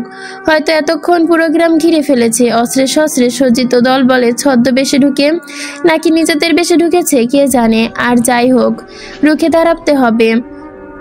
খেটে খাওয়া মানুষগুলো নিরাপদে থাকুক। তারা তো জানে না এখানে কেউ সাধু সেজে লোকজনকে মহান হয়ে আছে। ঘড়ির একটা কাঁটা ঘড়িতে এখন কয়টা বাজে? 4টা নাকি 4:30? সময়টা কেন জানি কাটতে চাইছে না। হালকা রিনচিন বৃষ্টি পড়ছে, ভোরের আলো ফুটতেই ঢের বাকি। জানালা বন্ধ করতে গিয়েও বন্ধ করলো না মেহনুর। বৃষ্টির সাথে সেই হাওয়াটা আসছে, সেটা খুবই প্রাণোচ্ছল। কম্বলটা টেনে এবার কান পর্যন্ত ঢেকে নিল। মানুষটা কি সুন্দর করে ঘুমাচ্ছেন। এমন ঘুমকাতুর মুখটা দেখতেই ক্লান্তি লাগে না, শান্তি লাগে। জানালা দিয়ে যেটুকু হাওয়া আসছে সেটা তার কপালে চুলগুলো থেমে থেমে উড়িয়ে দিচ্ছে। কপালে হাত রেখে অবাধ্য চুলগুলো পেছনে ঠেলে দিল, কিন্তু ফর্মালি করলো না। আবারও কপালে হাত ধরে লুকোচুরি খেলল সে। মেহনুরের ডান হাতটি এখনো তার মুঠোর মধ্যে রাখা, আর ডান হাতটা মেহনুরকে জড়িয়ে ঘুমাচ্ছে, বুকের ওপর মাথা রেখে অমন কথায় গম্ভীর হয়ে আছে যেন। দেখে বুঝতে পারলো এটা সদ্য কোনো